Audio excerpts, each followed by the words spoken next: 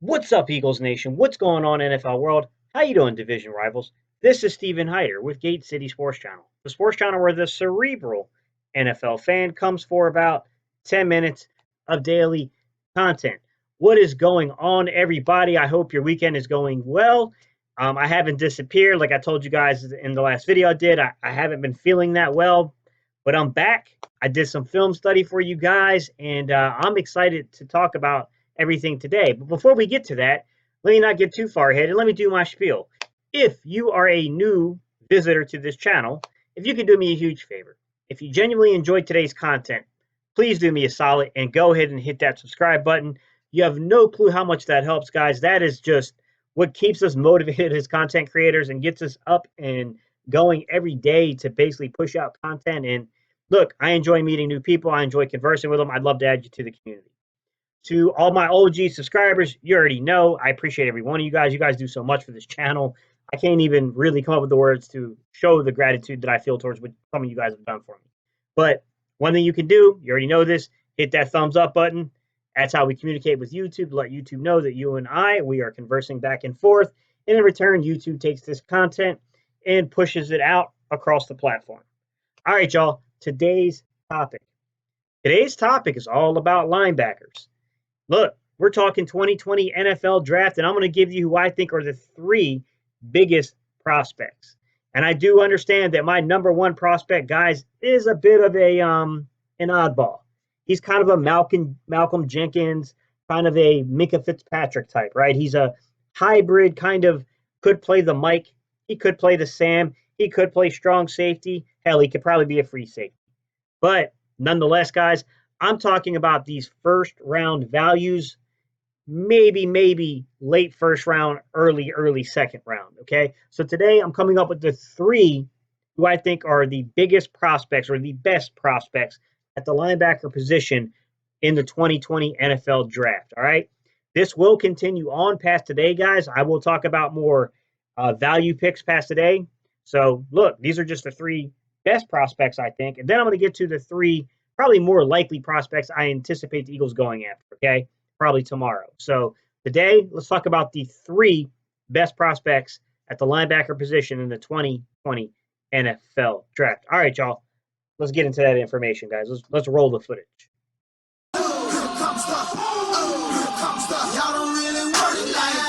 All right, guys. Let's jump into this linebacker class in this 2020 NFL draft, all right?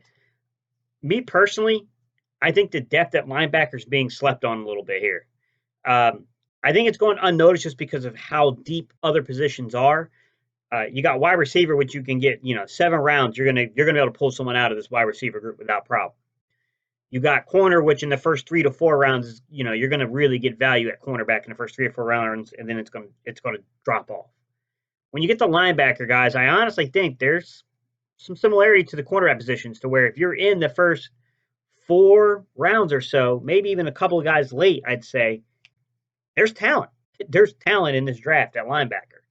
Now, there are 3 guys that stood out to me, and I'm going to warn you guys. I'm not going to do an extensive breakdown of film today just because there's too many guys I'm going to be throwing out there to do extensive film breakdowns. As we get closer to the draft, and it looks like the Eagles may be targeting someone, then I might do film sessions. I'll throw maybe some film in here with a couple of guys, but I can't do all these guys I'm going to name today. But this is what I will tell you. There's 3 guys completely stand out. The number one guy that really stands out to me, it's Isaiah Simmons of Clemson. Now look, Isaiah Simmons has this really weird versatility when it comes to what he'll project in the NFL. Some people like me see him as more of a Mike or a Sam. Other people see him in the mode of a strong safety, a Malcolm Jenkins, a Minkah Fitzpatrick type. I think he can play all 3, though. I think he could be a Mike. I think he could be a Sam. And I think he could be a strong safety. I think he can play all 3. I think that he is a surefire top 12 talent. I do not think you'll see this kid slip past 12. If you can get this kid past the 12th pick in the NFL draft, you're getting incredible value for what this kid is.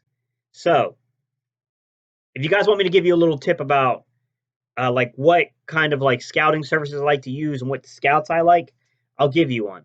So I believe his name is Joshua Krabs. Joshua Krabs, I thought, did a really good job of breaking down the linebacker groups. And I'll give you some of what he said about some of these guys, and I'll talk to you guys about what films to go watch on these guys. Okay.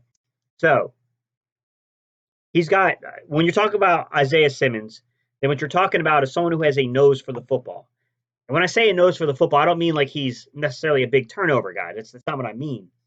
I mean, this kid is always around the football when you turn on film. It's very noticeable when you watch games that, man, this kid's in on almost every play. Like he's really got a knack for finding the football. The kid has range that his range is really unique because it has to do with his length. It has to do with this incredible amount of speed he possesses. This kid is a sideline to sideline linebacker. He's all over the field. You're not going to be disappointed in his production. Basically, stop and jet motion, stop and sweeps. Like he will get to the edge and help set that edge. He's very good at that, guys. He sheds blocks very cleanly. And what you'll notice about him is that not only does he have the length, he's got that power. He's really good with the hand placements. He's got very good power at the point of attack, and he sheds those linemen when they get to the second level. He's really good at that. He's got really good contact balance. He keeps his feet, which is really nice about him. But I will say this: if there's one knack or knock on him, if you're talking about the Philadelphia Eagles, number one, I doubt that we're going to be able to get a guy like this. That's why I didn't really include him in my big three that I'm going to talk about later, who I think the Eagles might target. The reason I wouldn't really put him, with the Eagles is, number one, we're not going to be in top 12. But number two, to be quite honest, guys, it has more to do with the fact that he's a better man coverage linebacker than a zone coverage. Ohio State looking to field, who scrambles, delivers. We are a primarily zone scheme. We do run some man, don't get me wrong, but I think he's going to fit better at a Cleveland or a place like that, where they run a lot more man-type systems. That's where his strength lies. This kid shoots the gap, guys. To the left, so it affects the communication, and it makes Fields feel that. He really shoots the gap. And if you really want to, watch some film on this kid, I'll give you 2 games that were recommended to me. I watched both of them. I had some luck pulling them up on YouTube, but there's some other databases you can pull from, guys. Just search the games. You can find them normally. So go back and look at his Ohio State film from this year, and then go back and look at the Alabama film from last year. The Ohio State game will give you him at his best. The Alabama game in 2018 will give you him at probably what will be considered his worst. So go back, look at those 2 pieces of film, and you'll see exactly the type of prospect this kid is. Me, clear-cut top 12 talent. He's not going to fall in our laps, guys. The second guy that would be on my list of guys that, it's a dream. I think that there's a possibility he could fall in the Eagles' laps. I just don't see the Eagles drafting a linebacker in the first round. And that's Patrick Queen out of LSU. To me, kid's got top 25 written all over him. I can't see how this kid doesn't go day one. He's that kind of talent, guys. He's smart. He has the smarts on the field. This is a very, instinctful, really well coached and very good at reading the quarterback. This kid he's a good fit for the Eagles. I just don't think that we'd actually draft at this position. He's more of a zone defender than a man defender. He can do both. He's got the athleticism to take a running back or a tight end and man. But he's really good because of his length at really dropping back in that zone and affecting the pass. And he's very instinctful. He's pretty good at reading and diagnosing that receiver's route tree and that quarterback's progression and jumping plays. He's pretty good at that, guys. This kid can pass rush. What is anticipation the way that he shoots this gap on this play? He's got pass rush ability. He's pretty explosive, guys. He's going to be one of those guys that's going to flash a lot on film. Shed blocking could be better, guys. His length helps him out. That burst and that length helps him stay upright with that contact balance at the line.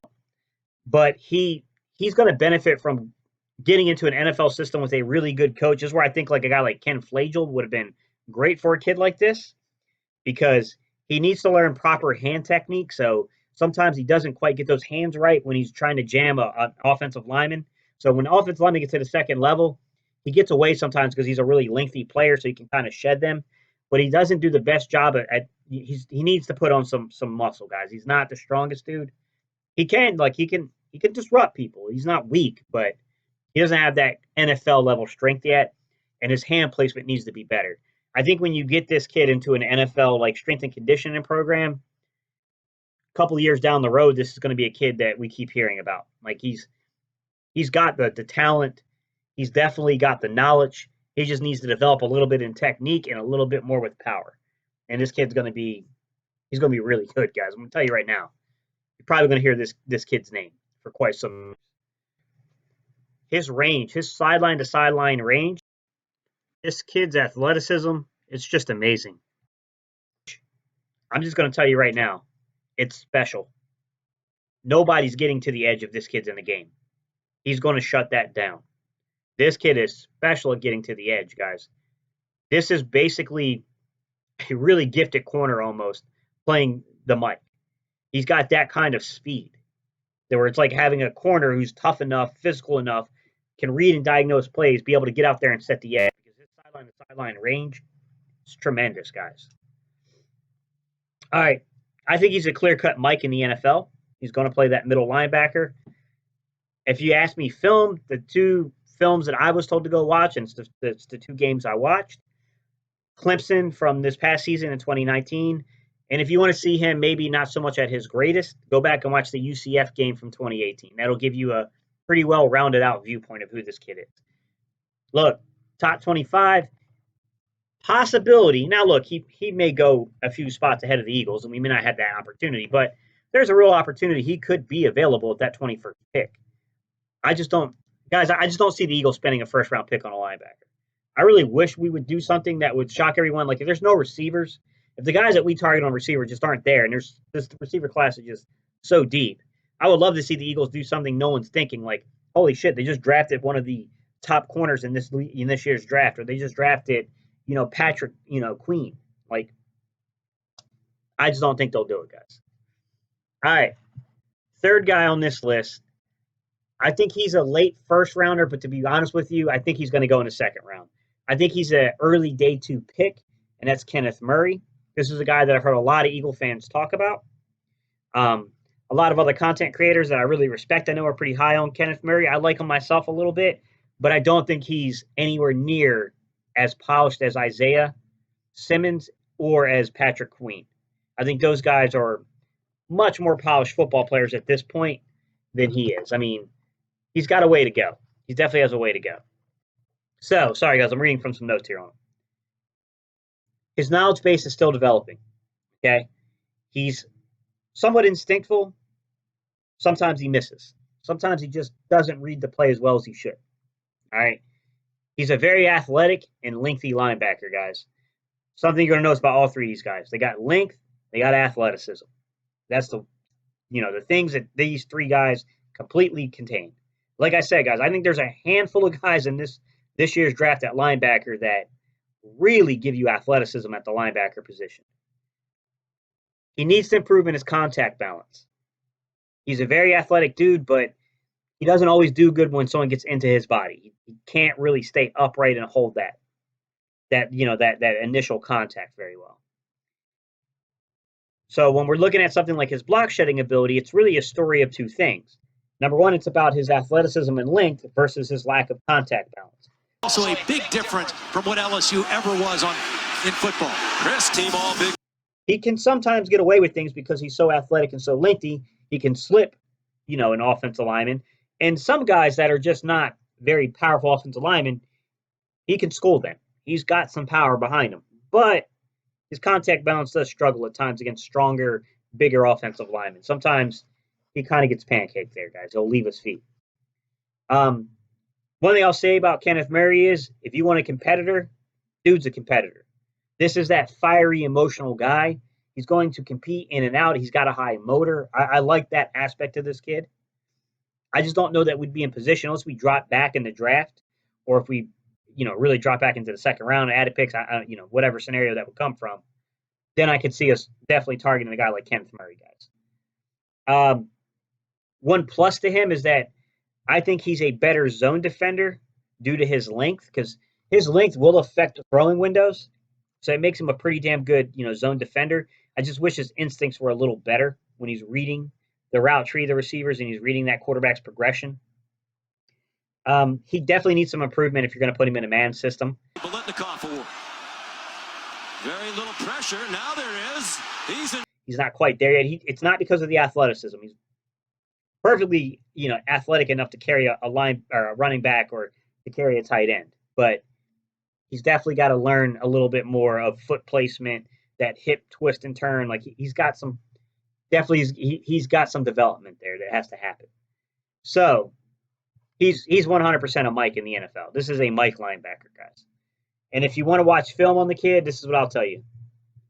What I was recommended to do, and this is what I did, is I watched his Texas game from this past year. That'll give you him at his best. And then go watch the LSU game from this year, and that'll give you him at his worst. He played some, tough competition. I mean, you got to give him credit for playing tough competition. So go look at Texas. You'll see him at his best. Go look at LSU from this year, and you'll see him at his, what could be considered his worst. It'll give you a much more complete picture of the kid. Like I said, guys, a lot of these games you can pull off of YouTube, but you need to understand, if you're looking for Isaiah Simmons, he's number 11. If you're looking for Patrick Queen, you're looking for number 8. And if you're looking for Kenneth Murray, then you're looking for number 9, okay? Sometimes you can go to highlight films and you can watch like individual games, but I couldn't get the games I wanted to see that way. So they'll show you every snap taken by a player, but it's generally speaking, it's not against the competition you want to see. So that's the struggles I had with that type of film. So you're going to have to find the complete game coverage, and you're going to have to know their numbers and seek them out. I mean, it's the only way you can do it, guys. I'm sorry. It's going to take a couple hours because it's hard to fast forward through YouTube, to be honest. But definitely, I would suggest checking these 3 guys out. I liked what I saw on film from these guys. With that said, ladies and gentlemen, let's go ahead and dive into the questions of the day. All right. We all know if we're talking about Isaiah Simmons, we are talking about a dream scenario where a guy that is way too talented to drop past the top 10 starts dropping. Question of the day. You look at a guy like Isaiah Simmons, a guy who is physical enough to play the Mike. He's good enough against the run, and he's good enough, and physical enough against tight ends and stuff to play the Sam. And by the way, he's athletically gifted enough, even as big as he is, to basically play strong safety. This is very much, in my opinion, a guy who is very similar to a Malcolm Jenkins and a Minkah Fitzpatrick. Just bigger. He's just bigger than them. In your opinion, do you see a scenario? The question is, do you see a scenario where somehow, some way, this kid drops past number 10 and Howie Roseman goes, whoa, this dude right here is the future of the defense. We're going to go get this guy. We're going to do whatever we got to do. We have a number of picks in this draft. We're going to go get them. To me, once again, we're coming back down to this idea of opportunity cost, right? For every action you make, you're giving up other opportunities. And that is a very damaging thing when you're talking about this draft, where I do think there is a lot of talent, and this is the draft. You want to have as many picks as you can, as many cracks as you can at players, because you're going to find some gems in this year's draft. With that said, I do think this is a special player. So let me know your thoughts on that. Number 2, guys, I want to know your thoughts on LSU product, Patrick Queen. Look, this is a guy I think fits the Eagles system well. I think this is a very instinctual, very smart linebacker. This is a guy that if he's sitting there at 21, I want to know your thoughts. We could, even let's say that he's there at 18 and we're at 21. Do you envision a scenario where the Eagles might trade up a couple of picks to go get Patrick Queen? I want to keep calling him McQueen, but he's Queen. Patrick Queen. Do you think if our top targets at wide receiver and corner are off the board, could you see the Eagles going Patrick Queen over Delpit? Because that would be the other guy I would throw in there, but he's more of a safety to me. But could you see them going Patrick Queen there? All right. Final thoughts of the day. Final question of the day, guys. Let's talk about Kenneth Murray. Kenneth Murray's a bit of a fan favorite here. I've heard a lot of fans, a lot of guys, a lot of content creators who are pretty big on Kenneth Murray. I don't think he's as polished as some people think. I still think that Kenneth Murray's got a lot of development left in his game. With that said, he's talented. He's very talented, guys. I'm not going to sit here and tell you this kid's not talented. This kid is a major step up in talent level from what's on this Eagles roster right now. It's not even close, in my opinion, when you really break down game film and look at him. I think Kenneth Murray does have decent film where you can go look and you can see he's playing better competition and he's holding his own against better competition. Look, a little uncomfortable about the way that he lets bigger, stronger offensive linemen get into him sometimes, but he's a strong dude himself. He's just really got to learn technique. Got to learn hand placement, right? He's got to improve that contact balance. He's got to get into these NFL organizations with a really good linebacker coach and be developed. He's got a little bit of growth that's got to go in coverage. I do think at times he can really read the quarterback well, but in other times I think he takes gambles and risk on things. He leans too far. So he's not using that athleticism and that ability and that agility that he has. He starts leaning and he gets beat like that. I'd like to see a little more out of him in man. But we play primarily zone, and I do think that his length can affect throwing windows for quarterbacks. So I do think there is some utility for him inside of a zone defense. So my question, could you see the Eagles targeting a guy like Kenneth Murray? I think the 21st pick might be a little early for a guy like Kenneth Murray, but say we're sitting there and nobody that we were that high on is sitting there at 21, and we're just like, you know what? We got people lighting up the phones trying to come get quarterbacks, trying to come get offensive linemen. You know what? We don't value any of these guys that are available from the offensive line or from the quarterback position, high enough to go take a risk or a gamble on that. So we're going to trade back. Could you see them going after Kenneth Murray in that situation? I do think that he's a late first, early second round value. I think that's where he's going to come down at. What do you think there? All right, y'all. You know what time it is. Don't forget to like, comment. Oh, yeah, if you're not subscribed, guys, hit that subscribe button. And y'all know what we do, how we close out videos here. We do a little something where we go EAGLES. All right, y'all. Let's go Eagles. All right. Tomorrow, I'm going to get into more of the under the radar guys. There's a couple of guys I like a lot. All right. I've had some of you guys who are subscribers hit me up saying, look at this dude. Some of y'all going to get your wish because I did look at some of those guys. And I got to tell you, I got 3 guys I want to cover tomorrow that I like. I think these are 3rd, 4th round guys. I'm hoping they don't slip into the 2nd round, but I have seen some projections where a couple of these guys have slipped into the 2nd round, but we got a lot of picks in the 3rd and 4th round. I think we can snag one of these guys. All right, y'all. I'll see y'all tomorrow.